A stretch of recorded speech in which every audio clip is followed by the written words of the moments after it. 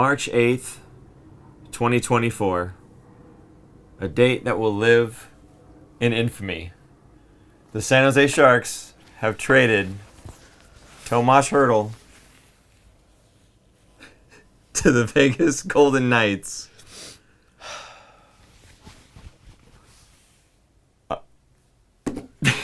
Well, welcome to the Fin Factor. I'm Paul. I'm Aaron. And this is a sad, sad day. Episode 203. 202? 203. 3. I don't know anymore. We don't care anymore. I don't know. Let's trade the show. So that's I'm clearly distraught. I'm in disarray. I'm discombobulated. I can't think of any more disses.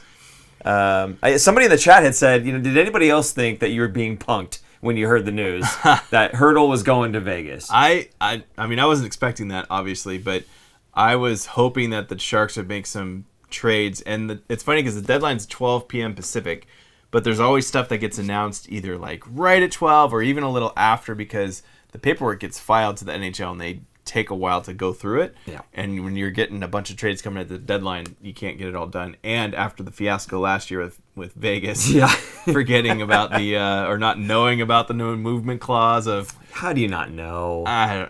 You knew you were just trying to sneak it through. Yeah. Anyone with cap friendly would have known.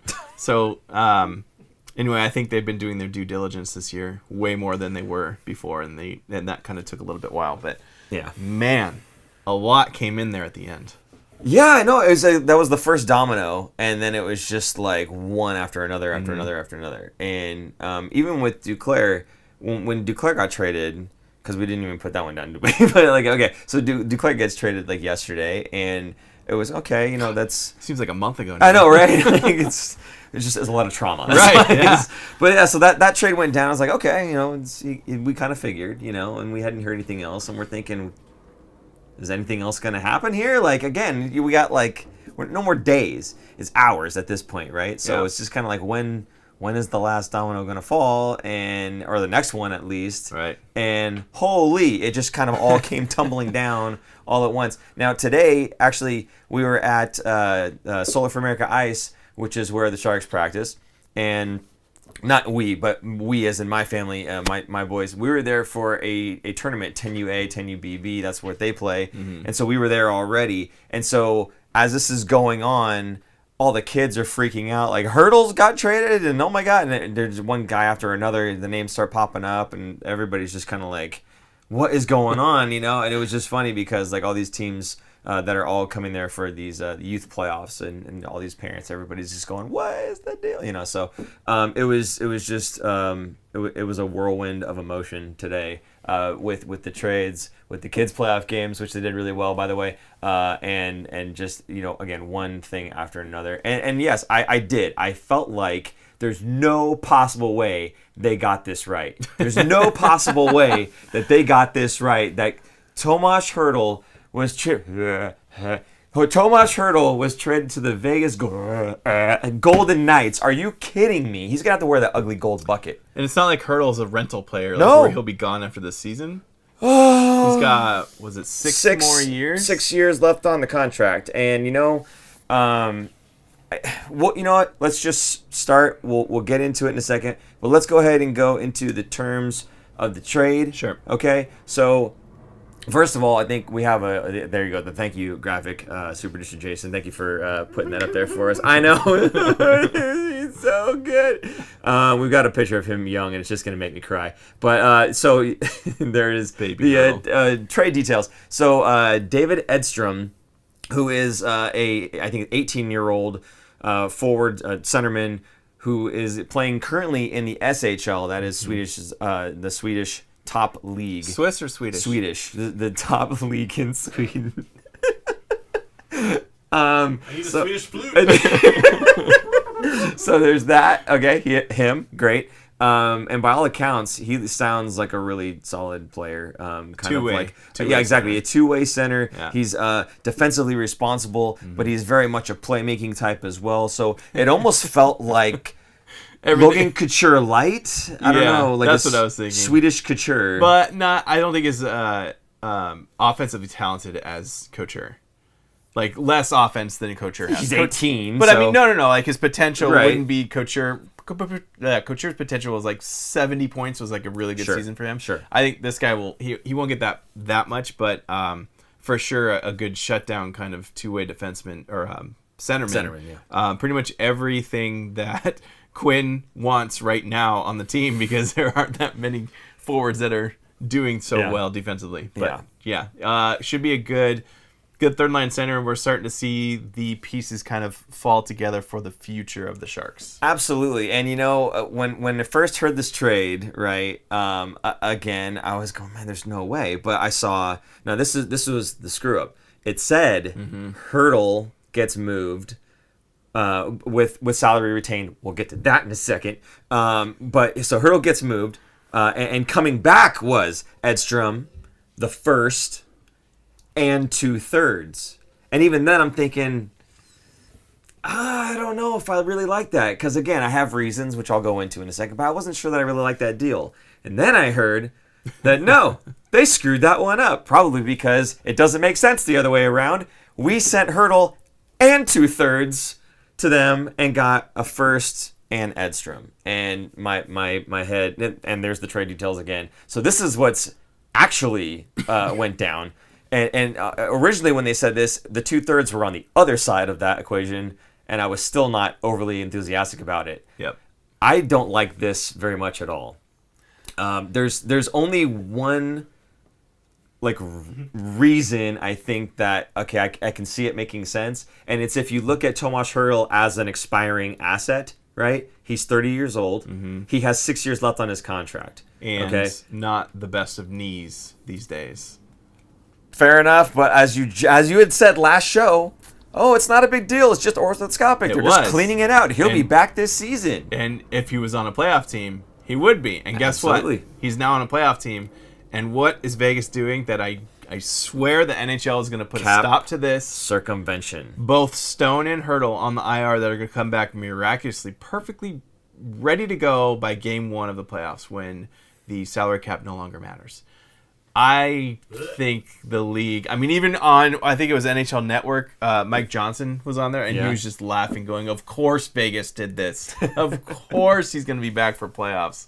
So everyone knows. Everyone knows. Like, it's shady, but it's not illegal. It's not illegal. It's not. So they can do this, and it's okay. It's a loophole that I think is going to get fixed sooner than later, especially if Vegas does win a cup again this year. I think for sure the other GMs and the other owners are going to be a little pissed about it. Yeah. Rightfully so. I think it's a little shady. It is. It's a little shady. But again, it's legal. They are... Maybe I'm just bitter because it's Vegas.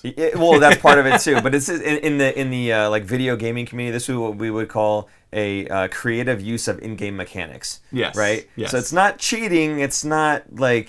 Right. It's not hacking. Right. It's not that. It's like finding something that you can exploit that is not illegal or outside the bounds of the game. It's funny. Case, the trades. In fantasy hockey, the same thing. You could put a guy on IR, and then in real life, they have to be on real life IR. When they come off of it in real life, you don't have to pull them off, and so you can kind of stash them in kind of the same way. Yeah. And we've been doing it for years that way. So it's you to blame. Yeah, I guess. It mimics real life, so I don't know who's really to blame. It's kind of circular. Fair enough. Yeah, fair enough. Okay, so I guess let me go through some of my thoughts on this. Right? See, why'd you do that? Why'd you put him up there? Look how cute he is, huh? You want to pinch those cheeks. Yeah. You know? Oh, my goodness. I remember being at that 4-goal game.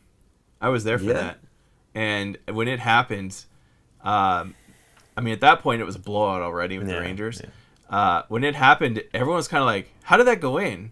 And then they showed the replay on the big screen. And there was a much bigger reaction putting that puck through his legs. Oh, my God. He's such a baby face there. I swear, man. And then doing the off-ice interview, fun must be always. His English was so bad. Yep. It was so great. I'm not saying it in a bad way. It was like cute and awesome. And, oh, my God, this is hard. This is really... It really We're looking at pictures right now for the podcast, people. And I don't... Again, I don't like the idea that, he's 30 years old, he's an expiring player, right? He's a player that's declining. He can still play. He can absolutely still play. There's plenty of players that are currently in the NHL and that are over 30 years of age and are still killing it, right? So here's my problem with this. We did not have to move Tomas Hertl, okay? He wasn't a 1 year left UFA. You're going to lose him for nothing. Get what you can. This was not the case with Tomas Hertl, okay? What I would have rather seen happen is if you do want to trade the guy with years left on his contract, fine. Can we wait until a year where maybe he's playing with a little bit better players, like young studs that maybe help his numbers? A year where he's not out and injured, a year where he doesn't have orthoscopic surgery or whatever else to clean that stuff out and then be out for a little while. Maybe could we have thought of a better way that we could have just waited one more year to get maybe a better return than this? There's a risk in that. And what if he doesn't... You're selling at the peak right now, in my opinion, of Hertl. That 6-year contract, I don't think the Sharks were shopping him. I think Vegas came to them because there's an opportunity for Vegas to get somebody that's on IR that's going to be good. Now Vegas is screwed for salary cap reasons this summer. They have to figure it out. They're going to dump somebody. I wouldn't be surprised if Hertl is not on Vegas the whole 6 years. I'm not saying they're going to dump him this summer, but somebody's going to get dumped like Marc-Andre Fleury was, like a piece of trash, because that's how Vegas treats their players. They just trade him for future considerations. Who was it that got traded, but they couldn't get traded because he had the no-move clause that they didn't know about? Right. What was the guy's name? I can't even remember. Dadonov. Evgeny Dadonov. Dadonov. Yeah. Yeah, exactly. Something like that's gonna happen. But they traded. They traded a guy who was on his bachelor party, I think. Like, there's another guy who had a no movement clause that was starting the next day, and they traded him the day before that kicked in. Like, they're just ruthless. So I'm not going to be surprised if he's not playing for Vegas. And I'll get back to Hertl in a second, but man, you talk about Antony Duclair and what he said, that he was happy to get traded or whatever, but that he would absolutely 100% entertain coming back to San Jose. Dude, that's why. He's on a 1 year deal, right? Yeah, I see what you're saying. That's why. Absolutely. He's not. Vegas treats their guys like trash, as you just said. The Sharks, you've got players who are like, we are second to last or last in the league. Throughout the entire season, we bounce between those two positions, right? Mm-hmm. I'm willing to come back next season. Why would any player, especially Duclair, who's prime of his career and age-wise or whatever, right? Why would he want to come back to San Jose? They treat him right. That's why. And you look at the way Vegas treats their players. I don't know. Let's put it this way: where do you think Hertl will live when he retires? Oh yeah. Right? Look how many former players are here. Even after they didn't retire as a Shark, you know what I mean? Like they moved on to other teams, they still came back. Yeah, 100%. Someone asked, they can't play the clip anymore. We can't do it. So, okay. So again, the thing for me was, again, the 6 years. Here's what I don't like about it, okay? I don't like that, though he's, a declining asset, if we're supposed to return to being a bubble playoff team, right, in 2 to 3 years, all right, which I think is totally doable, right? Because we've got a lot of young guys that are going to be on their way up. In a couple years, they could be really contributing to this team. That would be excellent, right? My problem is you traded him to the Vegas Golden Knights, who are in the Pacific Division, who, if you are a bubble team, you're probably going to be playing them, and now you have to play against Tomas Hertl. Now, okay, he's declining asset, so whatever, who cares? I don't like the idea that we just made them stronger during the year span where we are supposed to be competing for playoffs. I don't like that, number one. Number two, I don't like that we retained salary for 6 seasons, giving them cap space to add more players to beat us when we make ready for playoffs. That might have been a necessity to get that first-round pick, which is probably what the most important part of that deal was for Mike Grier. Because, as he said, and we'll get to that just saying what I don't like, in his own words, is the Sharks now have 2 first-round picks this year and next year, and possibly 1 this year and 3 next year, depending on Pittsburgh if they want to keep that, because it's top 10 protected. Now, if that happens, Pittsburgh's pick if they push it to next season, it is not top 10 protected. Pittsburgh is not in a playoff spot. It doesn't look like they're going to be. Mm-hmm. They might even be in the top 10 for a draft pick. next year, that team is not really getting better. They just traded away Gensel today. They're number one guy. So they're kind of in a rebuild mode. And they traded a bunch of... Actually, they got like a bunch of picks and prospects too. They were sellers. Now, Vegas is also not unprotected. I don't know if Vegas could have a monumental collapse next season, but I can't say it won't happen. You don't know. Like, what if Stone is completely done and doesn't come back? What if, there's a lot of what ifs. Things could happen. They got to move some people around anyway next season because of their salary cap. But my point is the Sharks are going to have some really good players.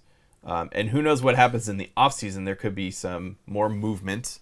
Couture was one of them that was talked about at least to get moved. And if he was healthy and didn't have a bad season, I wouldn't be surprised if he would have been moved at the deadline as well. Yeah, I think he said something about he's realistic that nobody wants an aging centerman with years left on his deal who's played like 5 games in this season. Like he's realistic about his chances of getting traded this season, right? Which were basically none.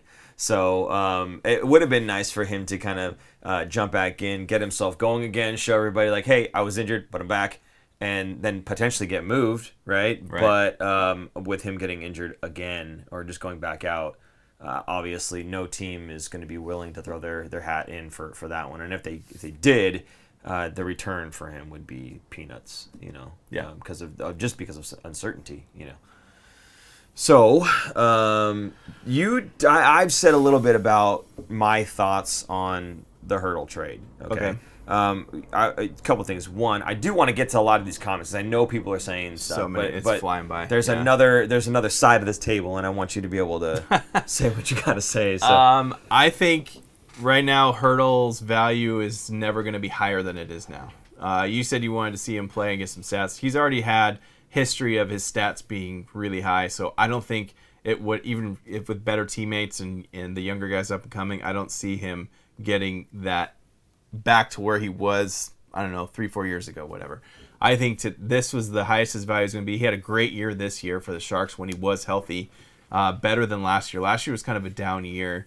2 years ago was a fantastic year, so he kind of got back to that level that he was 2 years ago. Again, puts his value higher. He's got knee problems. He's had knee problems ever since Dustin Brown, but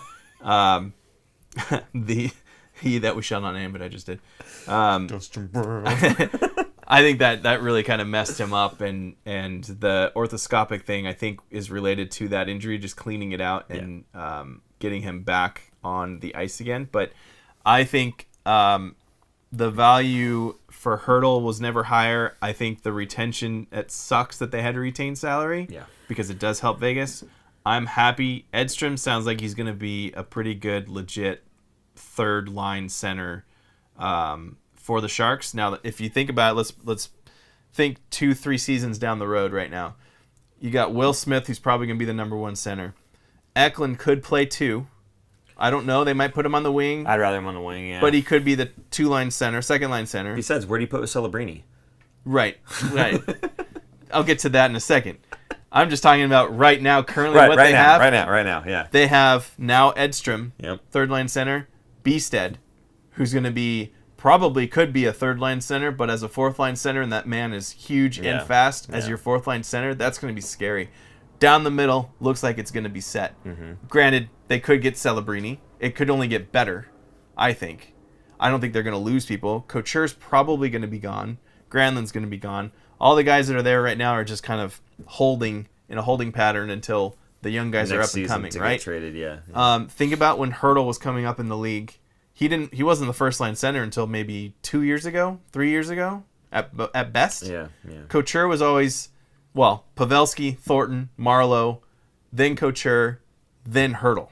Hertl played a lot of wing. I think that's what we're going to see now with these young guys is they're going to slowly take over and take over those positions. But the center position, which is probably one of the more important ones forward position-wise, looks like it's getting to be pretty set, which gets me a little bit more excited about it. Now, we still have some wingers that are up and coming. Musty, I'm so excited about. Mm-hmm. Whoever they draft this year, it's probably going to be top 3 pick. If it's not Celebrini, it could be somebody else. Who knows? There's still some really good players. Then we have Pittsburgh's pick, possibly, most likely this season. Mm-hmm. Then next season we're going to have another 2 first-round picks. 2 really good players. Probably one of those this year or next year is going to be a defenseman stud that you need, that blue chip prospect that they're kind of missing right now, that they're lacking.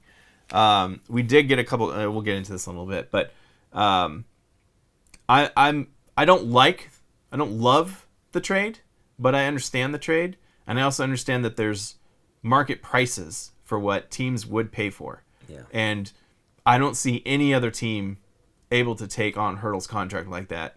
Even though there was retention, other teams probably would have needed a lot more retention to make it work. Yeah, I guess for me, the thought was just don't even trade the guy, to be honest. But see, okay, what if it was last year? Oh, he's 29. He's on the decline because next year he'll be 30. At what point do you say, okay, you know what? Let's just keep the guy for another year? Because like last year they kept him for another year. Last year, were the Sharks any better really than this year? It's more of the term of the contract being 6 years long. More. Sure. 6 more years. That's the scary part. If it was 3 years, I think more teams would have been interested in Hertl. Yeah, absolutely. But because it was 6, it really limits a lot of teams. But my point is, it limits a lot of teams. You didn't need to trade him in the first place. What's the difference? 5 years left instead of 6 years left. You telling me at 31 he's drastically worse than at 30? I don't know. I don't know if I buy that. And I feel like we had to give we had to give 2/3 to get the first to get Edstrom and retain. I feel like that's a lot, you know?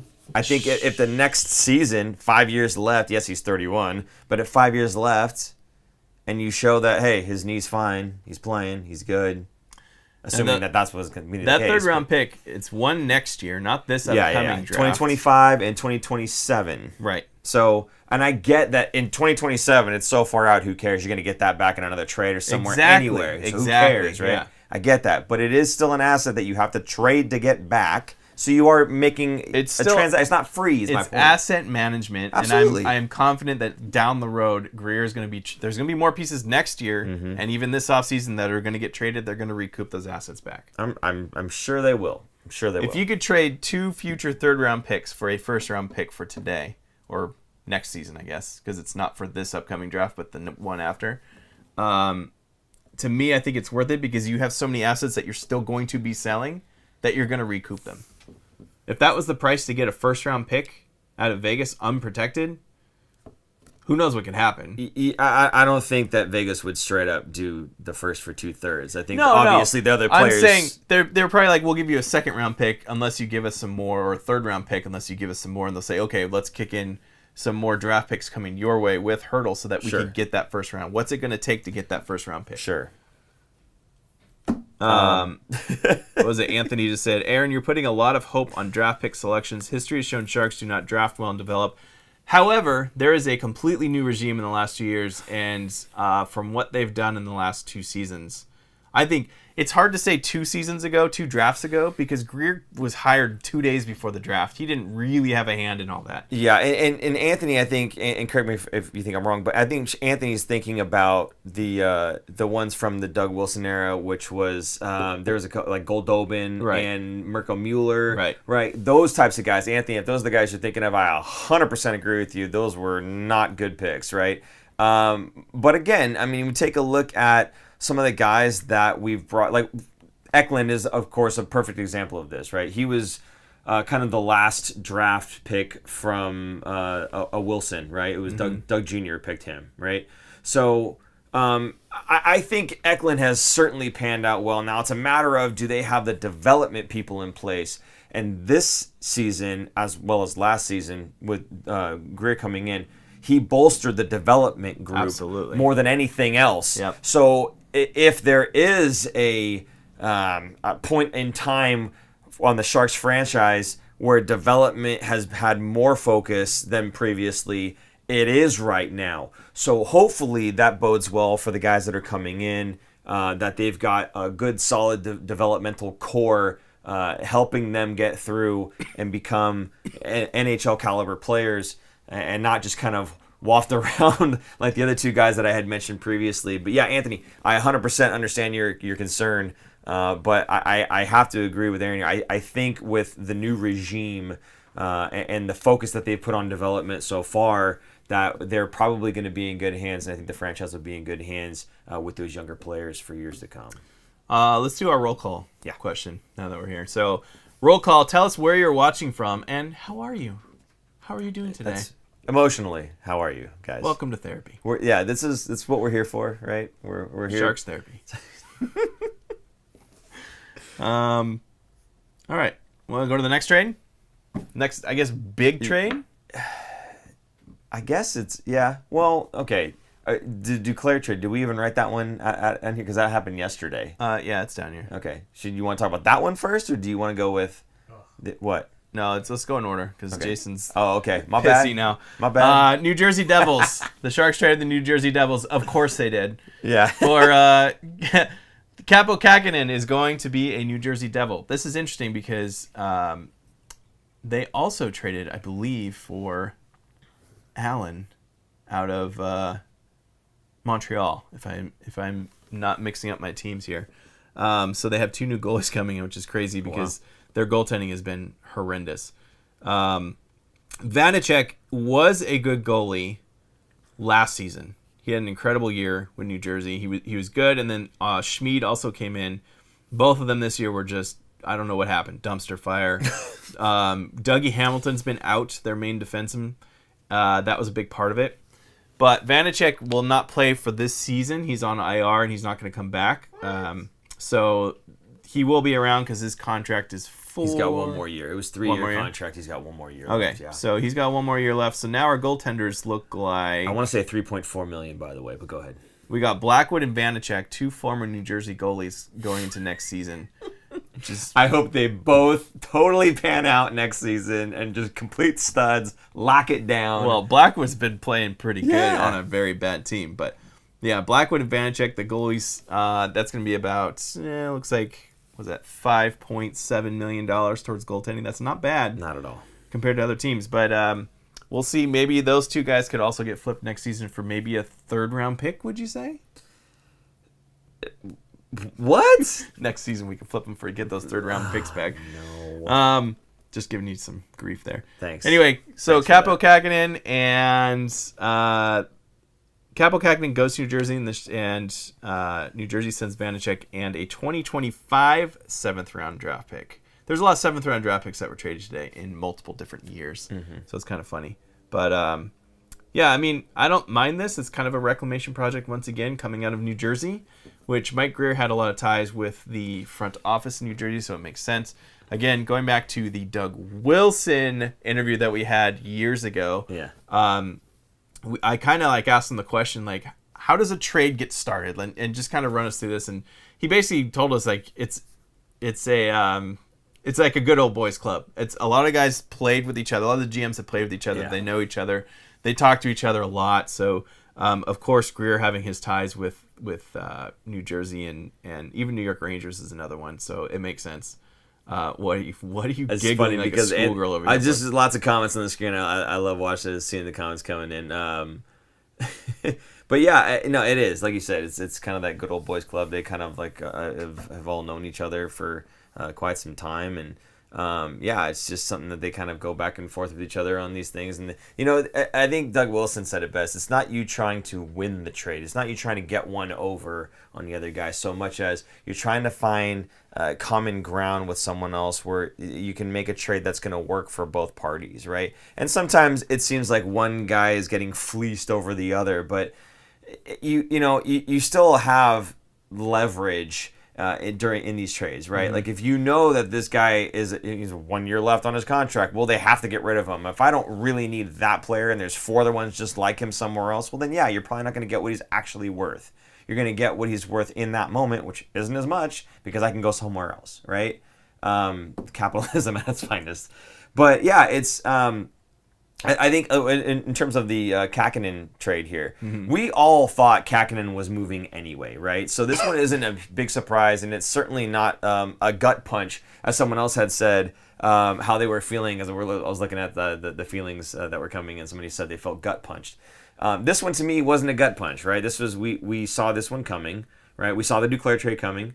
Some of the other ones maybe we didn't really, it just kind of came out of left field. Yeah. But for me, this one, seeing Capo go wasn't a big deal. I was okay with it. And getting Vitek Vanacek in return, if you take a look at his last season, he had like a 3.18 goals against average and an 890 save percentage. So not the greatest. That's right? this season. That was this Right, season. yeah. But now the 3 previous seasons, all 3 of them, he had a goals against average under 2.7 and a save percentage over 0.908.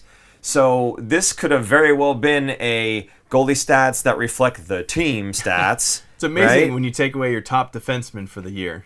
What happens? That's all I'm saying. And again, I've said it since, like, I don't know, day 1 on this show, where it's like, yeah, we take a look at goalie stats and go, oh, this guy sucks. And it's like, really? Or is it that there's nobody playing defense in front of him and he sucks? But, like, that's what I'm getting at. So, like, with Vanacek, I'm not overly concerned with the numbers from this season, especially because he's injured. He'll get better. He'll come back. And then we can assess, right?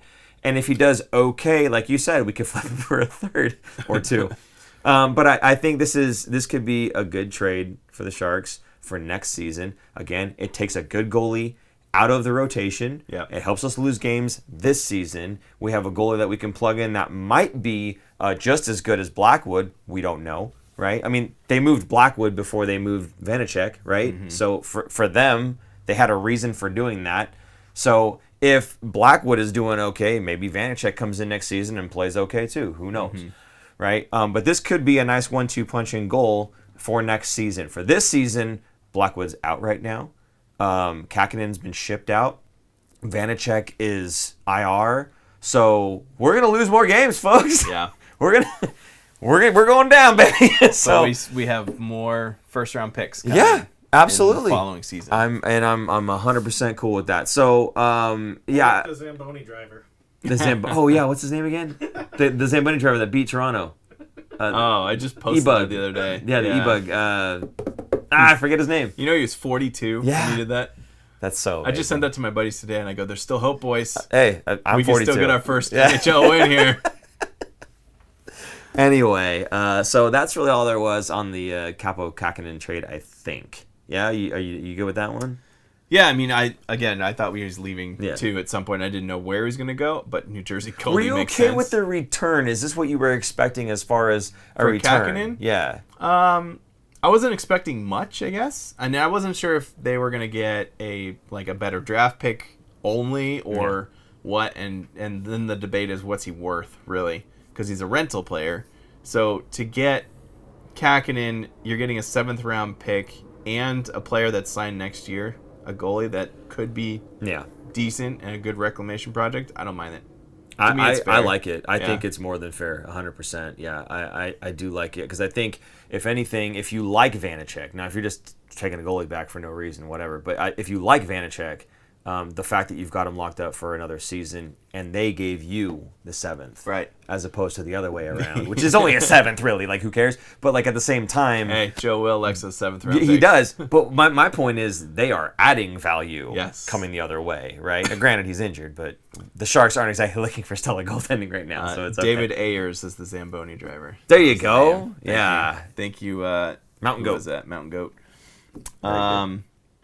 All right, you want to blow through these? Well, let's say real quick. Go through some of these comments. Yeah. I want to. This is a therapy session after all. We want to see. There's a good one here from Andy Man, who's the Mog, half man, half dog. Friedman had this quote earlier. Apparently, Vegas inquired about Hertl a few months ago, and when it was clear Hertl would be able to come back this season, Vegas got serious and worked out a deal. So it was Vegas coming after the Sharks about Hertl, not shopping around Hertl in a way. Oh yeah. So, yeah, just clarifying that a little bit. But thanks for that. Yeah, was it Andy? Andy Man. Friedman. Yeah. All right, so on to the next one. Okay. Actually, before we do that, guys, I appreciate everybody in the chat. By the way, so there's one thing I would like you guys to do. If you can, share, repost, retweet, whatever. Get this out to your Sharks friends and family. Let them know that we are currently live, and if they're not joining us, why not? They should be in the chat there with you, getting the same high quality therapy that Aaron and I offer. Super producer Jason killing it with the button pressing the clowns and that kind of thing. So please or the crying emojis. Apparently, we have those now. Great. So obviously, what I'm saying, get them in here with you guys. If you're enjoying it, I'm sure they'll enjoy it too. And if you are getting something out of this session, please find the thumbs up button and click that. It's the like button. Certainly does help the algorithm get us out there to everybody else. Also, if you'd like to support the show, you can do that in a number of ways. One, the super chat function. You can go ahead and use that, as well as Venmo at the Fin Factor. Either one of those, you put a comment in there, it will guarantee that we will read it out live during the show, and if the show is over, we can do it on the next show, no problem. You can also support the show by going to thefinfactor.com, checking out any of the things that we have for sale there. Hats, shirts, water bottles, nailed it. Stickers. We don't sell toasters, but you can put the sticker on the toaster. It makes it look really nice, like this one. There you go. So we have lots of things there, and it does, again, help support the show in all its glory. Aaron, go ahead and read off a few more of these comments, maybe, or we can just move on to the next trade, whatever you like. Anthony's got a question here. Honestly, how does Greer convince Hasso this is the correct direction? Just look at how many empty SAP... Look how empty SAP is, and I'm sure Hasso's pocketbook is taking a huge hit.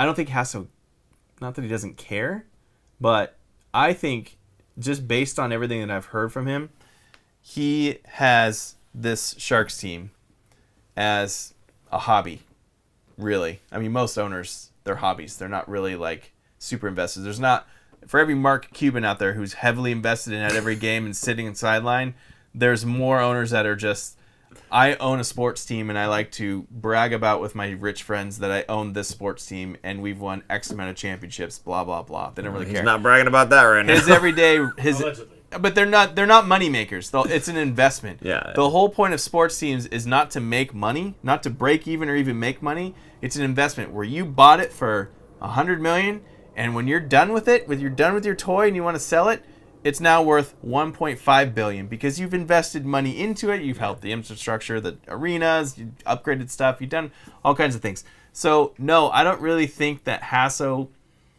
cares. He's not as invested. He's not a Mark Cuban type owner. So you're not going to see him. You're not going to hear from him because he is very busy running SAP, I think is what he owns, or he's the CEO of.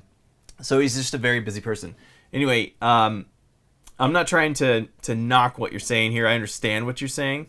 But I think Mike Greer sat down. When he was hired, they went through a bunch of GMs, and they said, what's your plan to fix this? What's your plan to fix this? Mike Greer had a plan, and they liked that plan. So I don't think this is kind of blindsiding Hasselplattner at all. I think he knows long-term what the goals are and how he's doing it. So I don't think it's that big of a deal.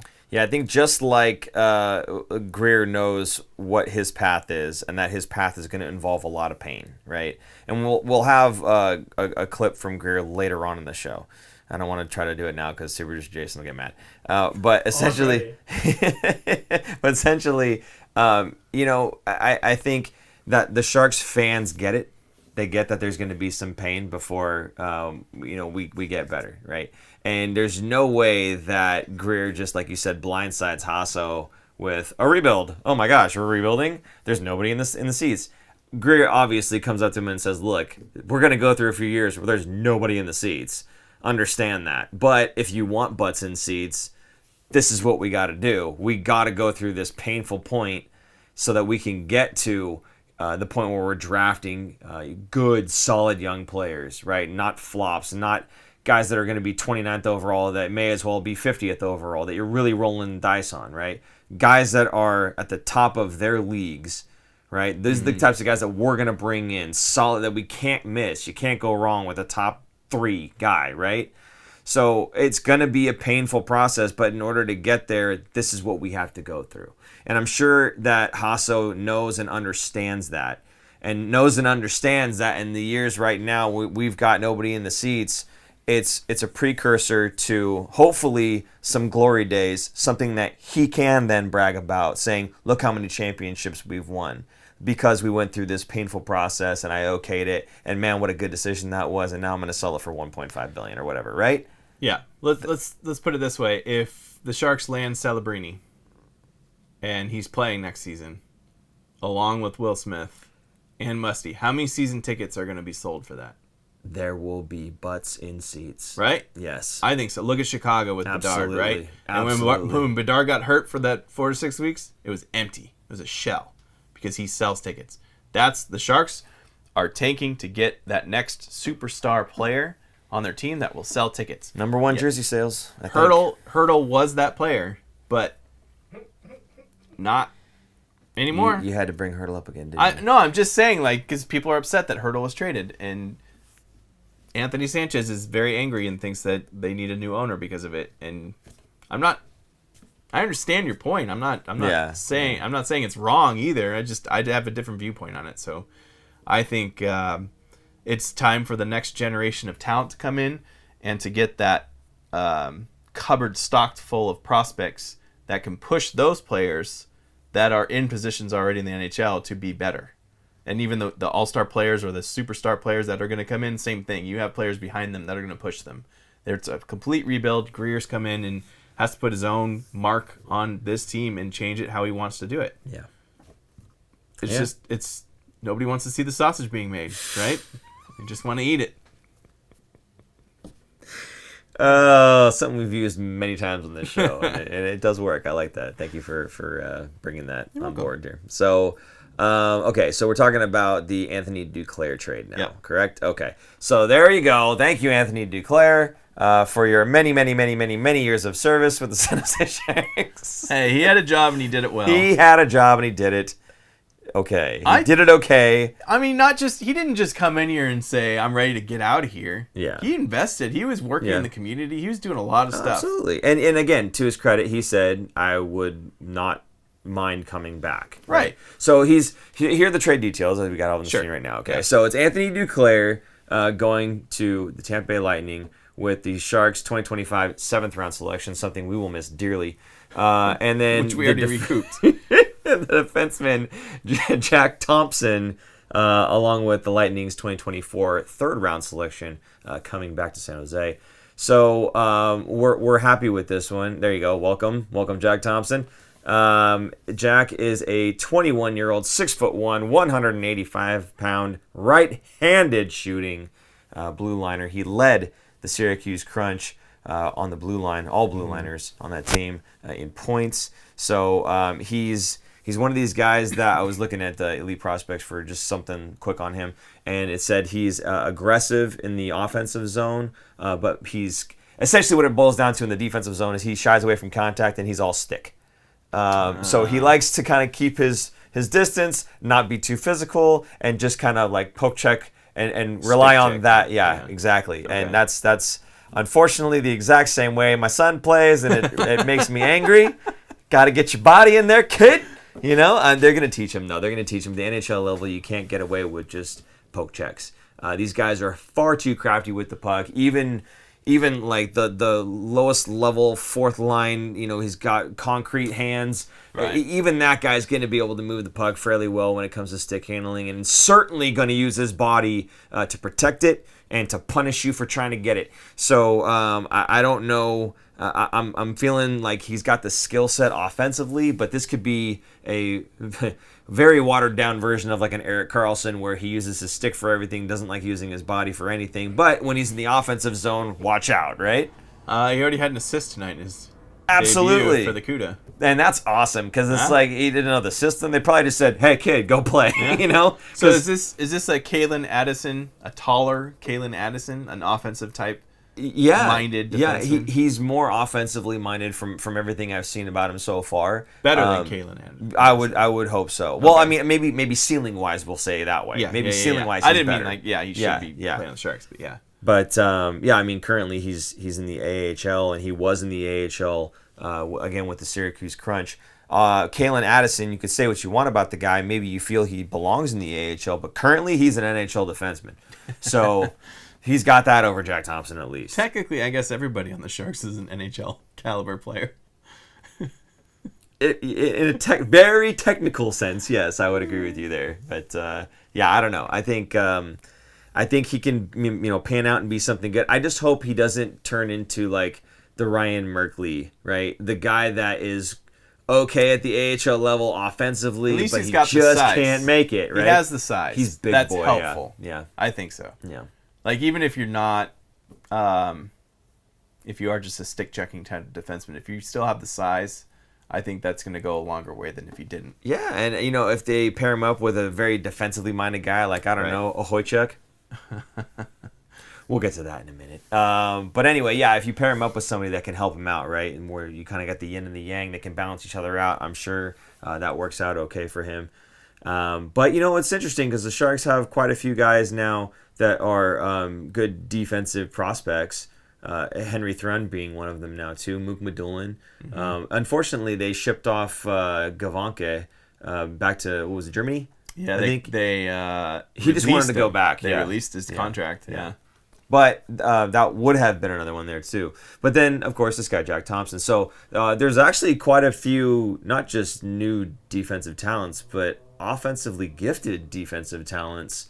And it seems like that's kind of what they're aiming for, which is interesting if you think about it, because Mike Greer's whole MO is to get these blue-collar guys in. Now, maybe this is just for the rebuild, right? Sell tickets, be hard to play against, protect the younger guys.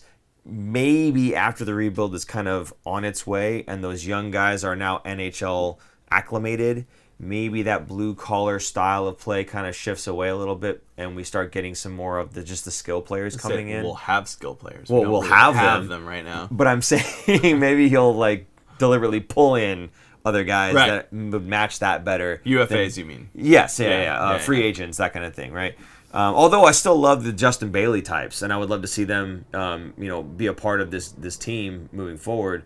I think once the younger guys are again more acclimated to the NHL, you're probably going to pair them up with guys that are skilled instead of just being good hard workers, which has been very entertaining, I think, so far this season. Watching the hard workers do their thing. Again, guys like Justin Bailey and Mario Ferraro and certainly Nico Sturm have been my favorite players to watch outside of Eklund, who is all skill, all hard work still, though. That guy just brings everything to the table. I'm still liking Zetterlund. I mean, he still has his rookie mistakes. That's his Eklund, but and I mean defensively. But it's exciting to watch the Lunds play together.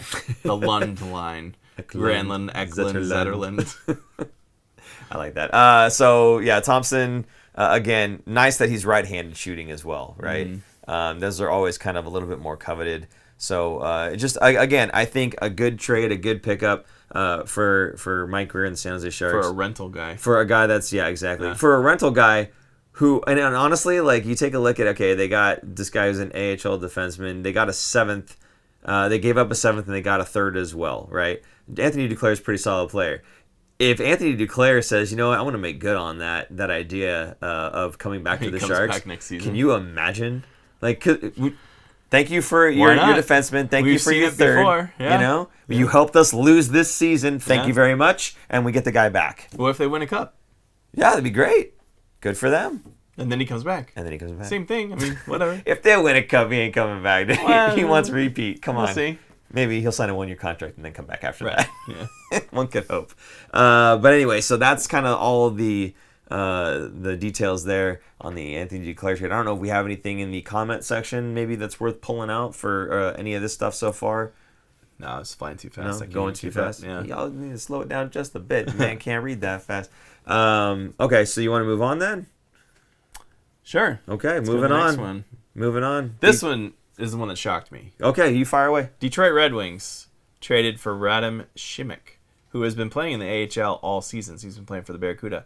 I did see him play when I saw a couple Barracuda games, and he was decent. He was good. I wouldn't say he was a big standout, but I thought he was solid. Now, coming back to the Sharks, this is interesting. I guess we sent off a 7th-round pick. It's so crazy, these 7th-round picks. What's the point? Just to say there's a pick. It's so when you're doing the trade, because they always say you need to sweeten the deal. Yeah, exactly. Yeah. Playing NHL, yeah.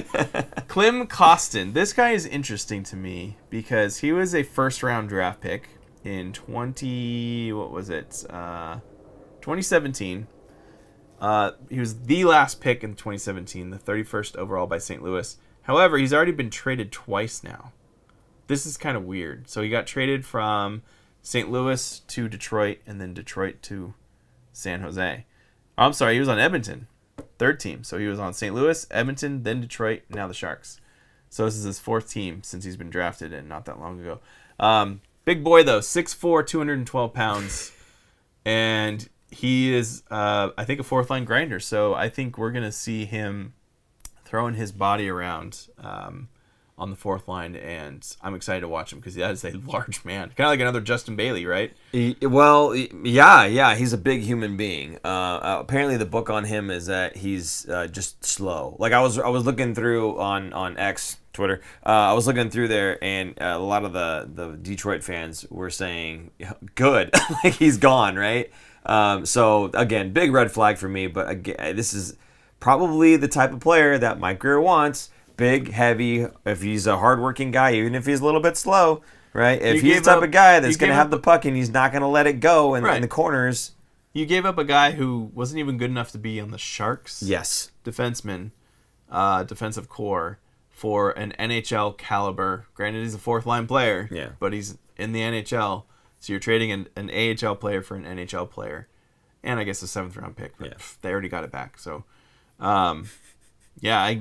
I don't want to say there's a win or a loss here in the trade. It doesn't really matter. I think it's just better for the Sharks. The Sharks are now, in a weird way, better to have him on the team. They got a warm body at right wing that can justify LeBanc getting scratched. There you go. A hardworking guy. Yeah. That I think we're going to probably like because the Sharks are going to be terrible down this last stretch. I think when you're 6'4", you said 212 or whatever it is because that's what it said. I was reading it from here. What I was looking at said he was 230. So either way, he's a big boy, but I think he's a bigger boy than maybe what the elite prospects or whatever was saying about him. But of course he's going to be slow. He's 6'4", 2 something plus, right? Somewhere between 210 and 230. That's a lot of weight to move. So, he's going to be slow, but my God, if he catches you in the corners... Yeah, watch out. And he's Russian, you know? Yeah. He was... And he came from Detroit. Okay. So, he was watching some Cronwall hits. He saw some highlights in his day. I'm telling you. His kid, he's only 24 years old. That's the other thing. He's young. Mm-hmm. So he could potentially grow a little bit more and get better. This could be something good. Who knows? But all I do know is that Radim Simek wasn't doing anything for the Sharks anyway. I mean, realistically. So this, to me, is a depth trade that really doesn't mean much. It was just kind of strange because we weren't really thinking of Simek at all. Noah Claxton said he's a Curtis Gabriel, Jonah Gadjevich type of player. Yeah. All right. So they have an enforcer now. Yeah. Basically. I'm cool with that. To protect the young guys that are going to be probably called up now to the Sharks team because there's so much talent at his... Well, not that there was a lot of talent there to begin with, but a lot that is now for sure gone. Not going to be working anymore. Yeah, plus we're going to see a lot of young guys like Musty and even Will Smith. I'm still holding out. I think Will Smith's going to sign his ELC as soon as the season is over. His Boston season is over. Play a few games, it'll burn a year off his contract, and he'll be with the Sharks next season. But if he plays less than 9 at the end of the season, it would slide and start technically next season, wouldn't it? I'm always confused on those No, ones. because Bordelot did this. Bordelot signed. But Will Smith is under 20. Oh, I don't... That's how it's... If they're under 20 and they play one season, it'll slide. I think Bordelot was older. I feel like we might be mixing some rules there. But either way. I wouldn't be shocked to see him this season. But I think we will see Musty. I think he gets some games. Yeah, because he's playing for juniors and they're going to finish before I believe the NHL season ends. And he's already signed his ELC, so he's already... But they would place him with the Barracuda. Out of juniors, you play with the Barracuda then? At the end of the season, yes. But then going into next season, if he goes back to juniors, he can't play the AHL. He has to play either juniors or the NHL. Yeah, okay. When the juniors team starts. Yeah. So that's why I think Musty's going to be on the team next year because he has nothing left to prove at juniors. He's too big. Yeah. He's too dominant there. What's the point? He lasted a long time at camp this year too, I think. So I keep talking about him. I'm so excited to see him play. To me, he's like a Ryan Clough type player. Like we haven't seen one of these kinds of players in a while that could just really slam into guys and score goals. So I'm excited for that. So like I said earlier, with Thompson being a offensively minded defenseman, but maybe a little bit of a liability on the defensive side, you would want to pair him with somebody that's defensively minded. And I brought up the Ohojchuk. Now, for those of you who are savvy and already know, Ohojchuk was traded today amongst all these other guys. There's a lot of activity. On to the next today. one here, huh? Yeah. Why? You want to talk about this one more? No. On to the next, baby. So yeah, Ohojchuk gets traded. There he is. I was queuing up super producer Jason. Oh, you were queuing to up? the next one. There you go. On to the next. Nikita Ohojchuk. And to San Jose, we get a 2024 fifth-round pick. There's the trade details. And that's it. I mean, it's just basically... This one I didn't get. I didn't understand this one. Because he was playing NHL minutes. Right. Was he... The 1 year left on his deal? Is that what it was? Well, either way, he would have been an RFA because he's so young, Okay. right? I think Vegas. I was looking at Vegas. I think Calgary needed the depth. Okay. And, I mean, they're kind of in a rebuilding mode, too. Calgary is right now. I think they just liked what they saw from him. Is he from that area, too? But I liked what I saw from him, too. So that's why I'm wondering, I did he thought have it was 1 year okay. left? I didn't love him. I didn't hate him, but I didn't love him either. Well, 1 year left, but he's an RFA. So they have him under control. To put it the way I think Graham had said it, he's a player. He's a player, right? So this is a player that was part of the Timo Meier trade that came from New Jersey. Yeah. So now you're getting another draft pick out of that kind of trade in a way if you follow it that way. So was it a fifth rounder? Is that what it was? Yeah, fifth round. I don't know. I feel like for a fifth, I would have rather just kept him, especially since you have his rights. Yeah, but it's like Calgary wanted him. It could have been a depth chart thing. Like he's just getting passed up very soon by more players on the Sharks. Yeah. So it's kind of giving him an opportunity to get playing time for Calgary's. Yeah, that's what Andy Man here is saying. I read that Ohojchuk is slipping on the depth chart. Also, possibly he was out of options and would have required waivers to be sent down. That too. You don't want to lose him for nothing. So they got a fifth round pick out of it, and that is for. Was that? Oh, this is the funky one that came from Chicago. So the terms on this trade on this pick is Chicago has to give the better of the pick because they hold multiple fifth round picks. They have to give the better one to the Sharks. I like that. Yeah. That's good. Right. Cool. You get to pick 5 extra spots. Absolutely. Okay. In the fifth round. It's very important. Maybe they'll pick a goalie in the fifth round. It's not about whether or not you're going to get a better player. It's about the flex. Right. No. It has to be the better of the fifth round picks. It's true. Hey, maybe you can get 3/7 for it, Joe Will, huh? Because it's the better one. So the Sharks currently have 9 picks this draft. Okay. Going in the draft currently. Who knows, that could change between now and the draft time. It will. It also depends on Pittsburgh if they are going to retain that pick, their first round pick, which means we would get another one next year. 2, 3, 4, 5, 6, 7 picks next season, next draft in 2025. Imagine if that Pittsburgh pick rolls over, and then the next season, 2025, we have 3 first-round draft picks. Right, and I'm thinking Pittsburgh is not getting better. They're going to get worse. They're going to get worse, and that could be, and if the Sharks are still terrible, which they probably will be next season, that could be 2 guys in the top 10 next season, possibly top 5. Which would be amazing. So here's a question for you then. If you're Pittsburgh and you think you're going to be worse next season, exactly, do you give them the top 10, whatever, you know what I mean? Keep this year's, at what, 9th right now? They're currently in 9th overall. And so I'm saying, if you're Pittsburgh, do you hand that 9th pick off? That's what I'm saying. Next season, yeah, okay. That's what I'm saying. Like it's 9th overall. We're probably going to be worse than that next season. Or we will probably be a lottery team at that point. Next season, and who's the next big top prospect coming in? I don't know.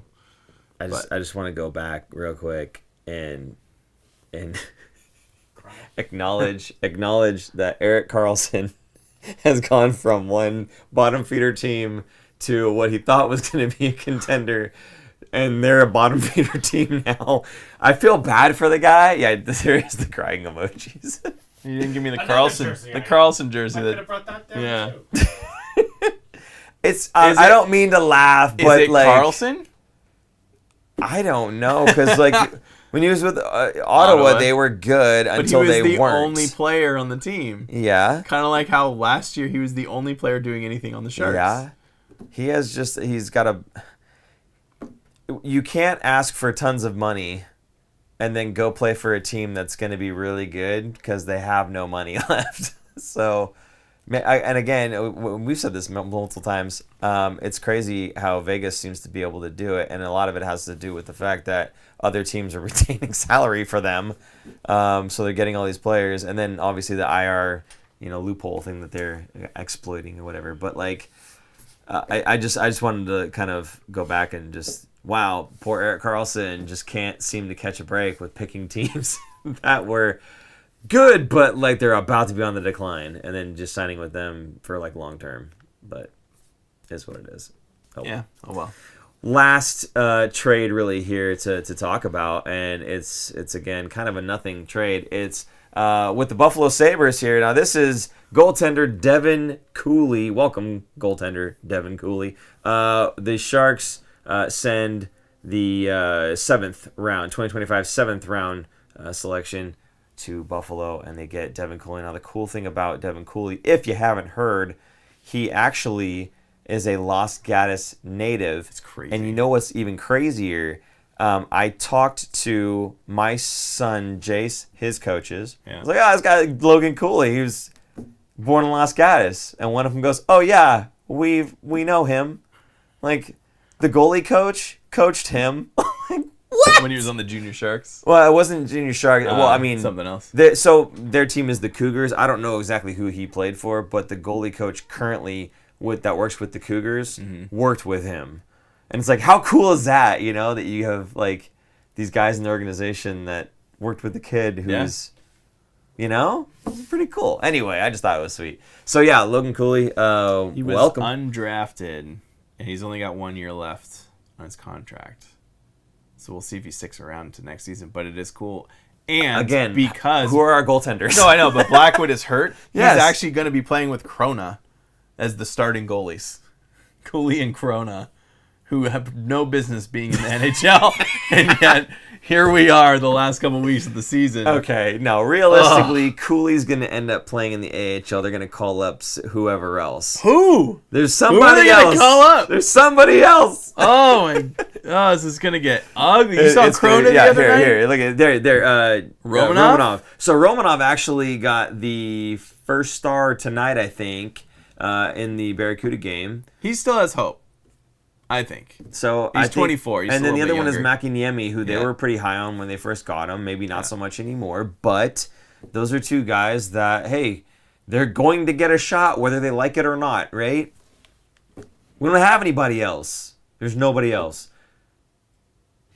Yep. Blackwood, Vanacek, both out for the rest of the season. I think Cooley will have to clear waivers, so I think Cooley's the one that stays and Krona's the one that's going to get bumped down if they move anybody because they don't want to lose him. Do you think anybody's really going to pick up Cooley? You never know. What if a goalie gets hurt and they need a backup? Somebody who has the one game of NHL experience that he has. Yeah, I don't know. I think it's one game. I'm not trying to bag on him. I think it's awesome. Yeah, he's also 6'5". He's a monster. That's a big boy.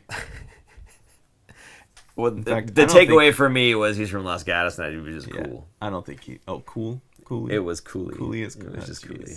Oh, there it is. There it is. The dad joke. I don't mind the cheap Sharks tickets, but it would be nice to see the team win more often. No, that's true. There's a benefit. No, suckest player. Cheap Sharks tickets for the rest of the season. That's good. Yeah, That's not I don't bad. mind that. Yeah. We're looking at the positives here with the Fin Factor. Always look on the bright side of life. Yeah.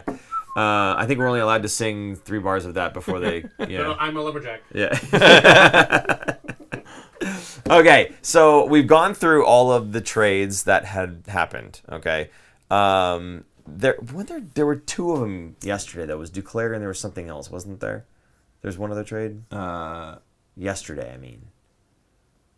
That was a minor one. I can't Yeah, it was remember. okay. So anyway, I trying to remember which ones were which day, but it doesn't matter because we just went through all of them anyway, and we're done talking about that. So hopefully you guys put in the chat how you're feeling and you're able to talk with each other and provide some group therapy. Awesome. Well done, community. There you go. But I think now we've got the Mike Grier clip to kind of sum up and round off everything that we were just talking about and get his words. So I don't know, Aaron, if you want to set this up in any which way. Sure. After that, Hertl getting traded, I think that was a big shock to a lot of Sharks fans and people. So they did a press conference. So this is Mike Grier kind of talking about the status of the Sharks and how he understands that it is painful. So here's Mike Grier in his own words. Yeah, I mean, I think the fans in general, I think they're smart. It's a smart fan base. I think they have an idea of what's going on here. When we got here a couple years ago, we knew it was going to be something that wasn't going to change overnight. It was going to happen over several seasons, and these were some of the decisions we knew from day one we might possibly have to make. So, I understand if there's some frustration from the fan side, but I think there's also positives to it with the prospects we have coming. Adding this pick, give us 2 first-round picks in 3 years in a row. You can almost say you had 3 last year with Edstrom being a first-round pick. So I think it's all about a little bit of taking a step back to move forward, and it's part of the process. It's going to be, it is kind of painful. And I think we kind of knew that's what happened in the cycle we are as an organization. But I also think that there's good days ahead with the players that we have coming. So basically, just kind of echoing the same sentiments that we know that it's going to be painful. We know that Mike Grier had talked to Hasso saying, look, this is the plan. Mm-hmm. It's going to be it's not something we're going to turn around in a year, right? Doug Wilson would have gone out and traded another first to get another high-profile player to try to be competitive now. And he did that so many times over, and then it just stopped working, right? Yeah. And so to fix that, we need to scrap that whole plan and start from fresh, right? You want to call it a rebuild, whatever you want to call it, and that's exactly what it is.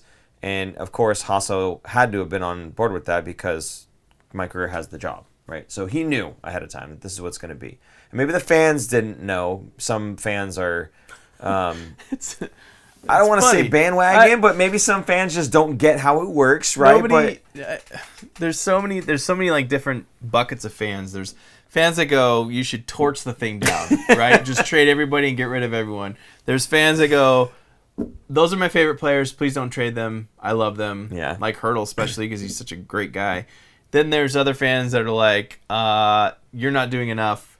Please, you're not getting enough on your returns. Yeah. Why did you trade him? Why didn't you trek with this team and get this player? Like that kind of thing. Like there's so many. You're never gonna appease everybody ever. There's many different ways to do it. This is why I kind of want to follow what Chicago is doing versus what the Sharks are doing, because Chicago did do the fire sale to get Bedard basically last season, and then they even did more. There's like nothing left there, and then they had the rash of injuries during this season in Chicago, like almost worse than the Sharks did. Yeah. They had to claim 2 or 3 guys off of waivers just to have warm bodies in both their minor league and at the NHL club level, because they were just so inundated with injuries, but not the guys that were somewhat NHL caliber players were out. I mean, the Sharks were kind of in the same boat if you think about it, but at least the Sharks had a little bit more, in my opinion, had more NHL caliber guys. Like, sure, Hoffman's not lighting it up like he used to, but at least you can kind of throw him in the NHL lineup most nights and not have to worry about it. And you bring up Hoffman, and I saw a comment in there saying I thought Barabanov was going to get shipped. Yeah, you know what? There were a few guys that we were a little surprised that didn't get moved, and I thought Barabanov would have been one of them.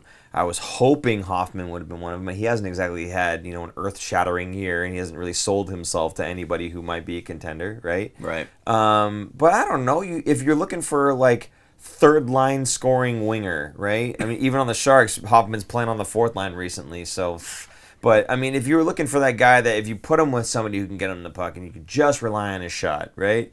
Maybe there's a team out there. There's no team out there. Maybe hot dog loving Phil Kessel. Phil Kessel. I wish the Sharks signed instead of Hoffman. Or I guess Hoffman came in a trade, but still. Yeah. But yeah, so there were some guys that, you know, I would have liked to see get. I mean, Granlund, he's a great player, but he could have brought something back in return. Now he has 2 years left, so maybe next season, right? But yeah, guys like Kevin LeBanc, I think was untradeable. We talked about him ad nauseum, and I just don't think that anybody would have taken him anyway. They probably would have taken him with retention. Yeah, but you're not going to get the return that you got on the retention that you got with Hertl. Absolutely, so it's a better deal. Yeah, I think so too. So LeBanc not going, Hoffman not going, Barabanov not going. Those were kind of like the big head scratchers. Like, oh man, I guess that nobody could find a room for, maybe not LeBanc, but nobody could find room for a Hoffman. Really, like that seems like that could have went down. Maybe there was some talks about it and it just didn't happen. Justin Bailey, I'm glad he didn't get moved because I like the guy and I want him to stick around. I think he's earned another contract with the Sharks. I would love to see him stick around. What do you think about Ferraro? Ferraro's another one. That was the other one, was Mario Ferraro. There was so much talk early on about Mario Ferraro was going to get moved. And then nothing happened, right? And we end up shipping out guys like Simek and Ohojchuk. Go figure. I thought Ruta might have too. Yeah, Ruta would have made sense to me. A guy that brings some veteran presence. You put him on your, the top six, if you will, your sixth, the third pairing defenseman, right? Guy that brings some Stanley Cup experience to a Cup contender. Obviously, that's where you're trading him to. Somebody who's going to be vying for a position in playoffs there. I would have thought he would have been a clear-cut target for a team to say, you know what, we want a guy just like this to help with our Stanley Cup run, but apparently not the case. Oh, Cunnin was another one. Cunnin was linked to Edmonton early on, right? Once I saw those trades that Edmonton was doing, I was like, it doesn't look good because I think, for one, they're kind of running out of assets to trade back to San Jose, so they probably weighed their options of Cunnin or whoever. I don't remember who they went with, but... that's probably most likely what happened. What do we do with Cunnin, who's going to be an RFA next year? Because I read he could be trade bait, but I like Cunnin. Oh, they'll probably sign him. Qualify him? I think sign him? Yeah. I don't know why they wouldn't. Yeah, I mean, he's not exactly a guy that is AHL caliber and you're plugging him in, right? He's an NHL player. He's a guy that Greer specifically targeted and got last season. So, and I like his game. I'm happy with it. I don't think there's no way he would get sent down. He was injured and it kind of took him a little while to get back because he had knee surgery, but I think he's fantastic. And Peter St. John saying there's a reason why nobody wants those guys. If you're marginally skilled and not really producing this year, who wants to bring that guy in? Yes, absolutely, Peter St. John. However, the saving grace for those guys is they can say, hey, man, I'm playing on the San Jose Sharks. Give me somebody to play with, right? And you'll see. I've got a track record before I was with the Sharks. You can take a look at that. You know, they have a little bit of a resume. So... You know, I feel like if a team were to throw, I don't know, 5th, 6th for Hoffman, do you think we turn it down? I don't know that we turn it down. No. Right? No. A 5th or a 6th for Hoffman? And that's not much to give up for a guy that you might be able to scratch any night, but also can plug in. $4.5 million that you'd have to be. Well, there you go. That's the problem. That's the problem. But he's a UFA, so he's going to be gone. There's going to be a lot of cap space next season. Already into next season, right? Just look at so he's got cap friendly up right now. If you just look at the forward group, the this season, what the cap hit is for the forward group, and then next season, taking those ones off. Next season, right now, the healthy forwards is $12 million because there's the injured reserve. Well, like right now, it's what, $30 million in forwards? Not even. It's 12 plus 15, so $27 million. I'm counting more than that because there's goalies in here and defensemen. It's really just Couture. So 8 plus the 12, it's $20 million right now. Yeah, that's for next locked season. Up for forwards, just forwards. For next season, though. For next season. Yeah, I'm saying right now, we've got $30 million worth of forwards. Next season, that drops to just $12 million. I mean, 20. 8. Oh, because of Couture. Yeah. Okay, so 20. That's $10 million that comes off the books. Just forwards. Plus the 8 that you just got rid of with Hertl. Yeah. Mostly 8. They retained some of it. And then with the defenseman, if you do that again here, so the defenseman, it's currently $15 million, and that's only going to drop to $14 million. Most of that thanks to Marc-Edouard Plastic's $7 million. Yeah, it'll actually go back up to 15 with Benning, assuming That's he's true. healthy. Yeah. But yeah, I mean, we're scraping by here. We're no longer worried about the cap. Yeah. We're worried about the basement. The floor. Yeah, the floor. We're gonna be like Arizona, taking on contracts just to have to reach the floor. So yeah, I'm kind of excited to see. I mean, someone posted about that too, about what free agents are going to come in, because they're going to have to sign some people. Yeah. And who knows, they could maybe have some trades going into the draft or during the draft of bringing some other players in. Probably a bad contract. The Sharks are now Arizona, so they are taking on some bad contracts and reclamation projects so that they can get out some assets. Still have more people going to the tank than can fit into Arizona's arena. The Barracuda Arena. Yeah. Still have more. Attendance was 10,000 or whatever it was, right? Mullet Arena 6,000. But yeah. No. The Sharks on Tuesday night was 6,000. No, it was 10,000. No. Are you kidding me? No. 6,000? Yeah. That's a Tuesday Somebody night. fact check that. Yeah, it was I don't believe 6,200, I think. Are you saying tickets sold or butts and seats? Butts and seats. Okay. Tickets sold was 7,500. It's still more than Mullet Arena can hold. So even if they fill it to capacity. Sharks Oregon is really excited about Mikko Rantanen possibly signing with the Sharks because he'll be a UFA in 2 seasons. Oh, okay, in 2 seasons. Yeah. Okay. Yeah, in 2 seasons, I could see other teams. Other high-end players going. San Jose is looking pretty strong. They've got some good young guys that are actually playing now, right? Right. So I could see some free agents saying, you know what, I wouldn't mind taking a shot at San Jose. He'll only be 29 at that point. Mikko? Yeah. Wow. It's crazy. He's That been is in the crazy. league for so long. Yeah. Yeah. Okay, well, I don't know if there's... We're not going to do any of the games, by the way, that were from the This past week, week, yeah. because we're still going to have our Monday show. I'm assuming it's on Monday. Yes. Yeah, Monday show. And we'll talk about games exclusively. If you'd like to reference anything about trades during that show, we'll just point you back to this episode here so you can take a look at what we were talking about right now. Anyway, so yeah, for games and whatnot, we're not going to bring any of that stuff up. So this is essentially the end. Man, the game tomorrow is going to be weird. Yeah. I mean, Yeah. Hertl was already out of the lineup because he was hurt. So But that it's doesn't really different. change. I know. Out versus gone, 2 different things. Even if he's not, you don't see him on the ice. It's just Yeah. Yeah.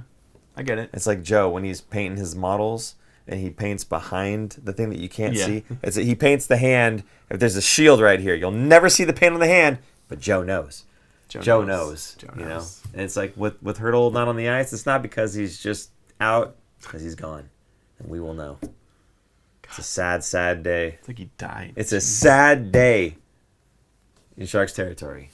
What did Devereaux think of the trades from Grandizer? It's a good question. I don't know if Devereaux's on right now. He's usually on.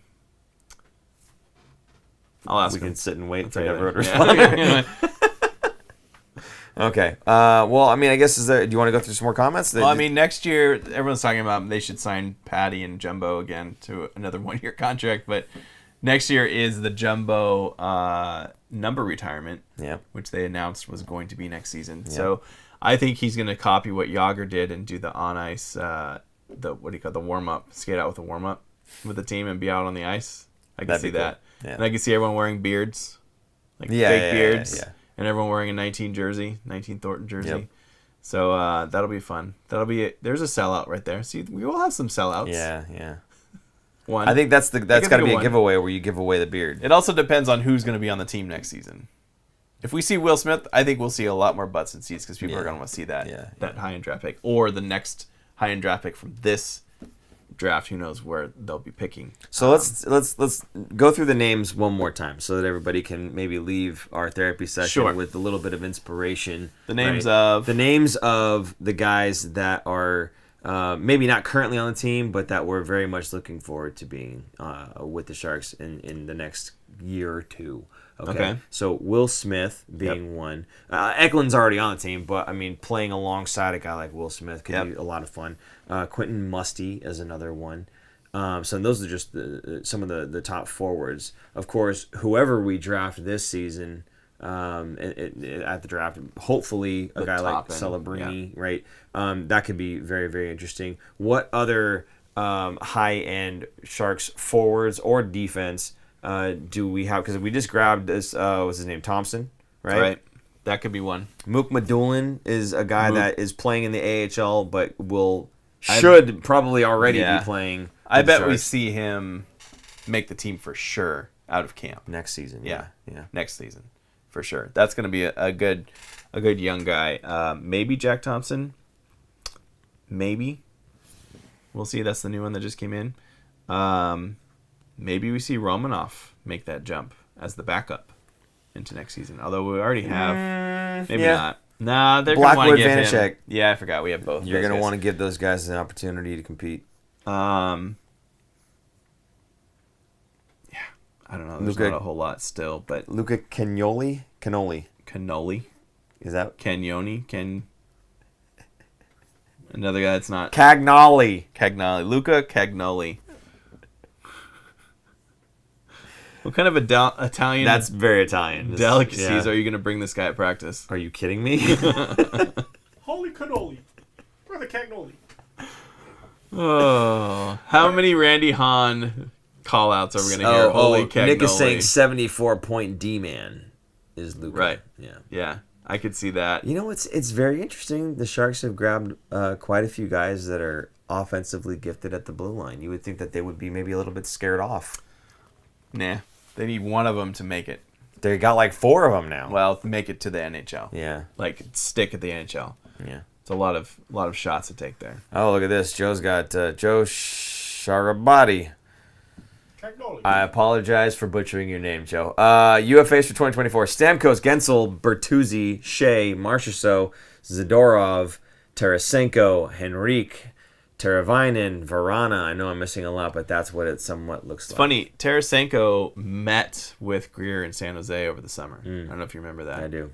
He was being shopped around, or he was shopping around, I should say. And he ended up going to Ottawa, I believe, I think it was Ottawa, over the Sharks. Yeah. But there is a relationship there, so who knows? I wouldn't mind having Tarasenko. How old's Tarasenko? Is he over 30? Yeah, I believe so. What? Well, then he's on the decline.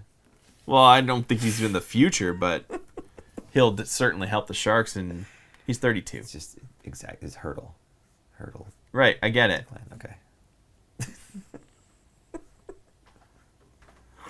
Right, I get it. He's not a building block. He's not going to be like... Yes, absolutely, yeah. And he's a winger. He's not a centerman. Yes, could happen. Right. But he's Hertl's a winger, too. He's a scoring until winger. he became a center. He's going to be like... He would be the staple in the power play. Yeah. Tarasenko with his shot. All right. Cagnoli is a top point scoring D-man in the We got WHL to play the Hertl clip. Grandizer, unfortunately, super producer Jason is still working on adding clips to the show because, again, we've got a new set and new everything else, so he's got a lot of things to kind of reprogram, and that's one of the things that's kind of been pushed a bit to the side as everything else has been the priority for the set. So sooner than later, I'm sure, but we'll get that stuff back and working again, and then we'll be able to play those clips. Oh, we have a light on. Oh my God, we have a light on. So this is a perfect time to end the show, perhaps. What was that about? That was him. It's like the sun coming in my face. You did it on purpose, didn't you? Oops. Okay, we good? I tried to play the Can't clip. see. Can't see. It's, again, perfect time. Aaron can no longer see. So we're going to end it here. Hey, again, guys, thank you so much for tuning in. Appreciate you guys being here, being in the chat, giving us all, and each other, really, the group therapy that we all need today. Again, the Hertl trade really took a lot of people by surprise, us included. We did not have this one on the radar at all. If you remember me saying, by the way, I had said there's 2 guys on this team that I think I wouldn't trade, and Hertl and Eklund were the 2. What did I say? Anybody's tradable. Yeah, I know. Well, At the right price. That's the wrong price if you ask me, but you know what? I'm not running this team. My career is, so we will just see how this pans out over the next 6 seasons. And if you are not subscribed, you should, because 6 seasons from now, we're going to revisit this episode. And so what better way to do that than to get an email notification saying, hey, come and check out this Fin Factor and the things that they have to say about the Hertl trade from 6 years ago. That's something that can be yours to watch. And so if you would like to, please hit that, but also hit the notification bell so that you know when we are going live. Again, you get that notification. And Super Producer Jason just put on there. If you'd like the stream, please do hit the thumbs up button. It does help us quite a bit. You can also support the show several different ways. One of them is on your screen right now. Visit thefinfactor.com. Check out the support the show link, and there's a ton of stuff in there for you guys to purchase. If you'd like hats, t-shirts, water bottles, stickers, sweatshirts. We're out of fanny packs. Do we have socks and boxers and Kleenex still? No? Okay. Check for the earplugs. I'm sure we have those still. So like, what? Earplugs, what? You can also support the show with Super Chat function or Venmo at the Fin Factor. Either one of those. Put a comment in there, and we will read it off during the next show because we're done. So we will look for that.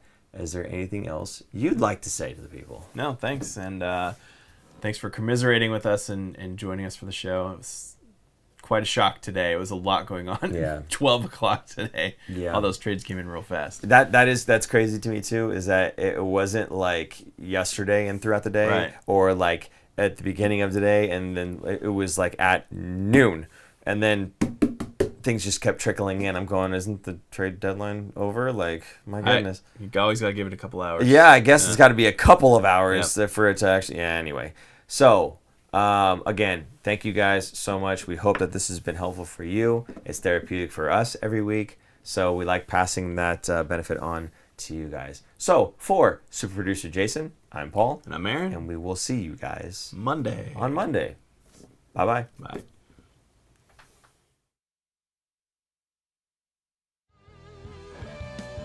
Thanks for tuning in. If you like this episode, check out our other content, especially interviews. You can interact with us directly through social media at The Fin Factor and on Instagram at Fin Factor. And don't forget to join our live streams on YouTube. Visit our website at thefinfactor.com, where you'll find all of our episodes as videos or podcasts. You'll also find our exclusive merchandise to help support our show.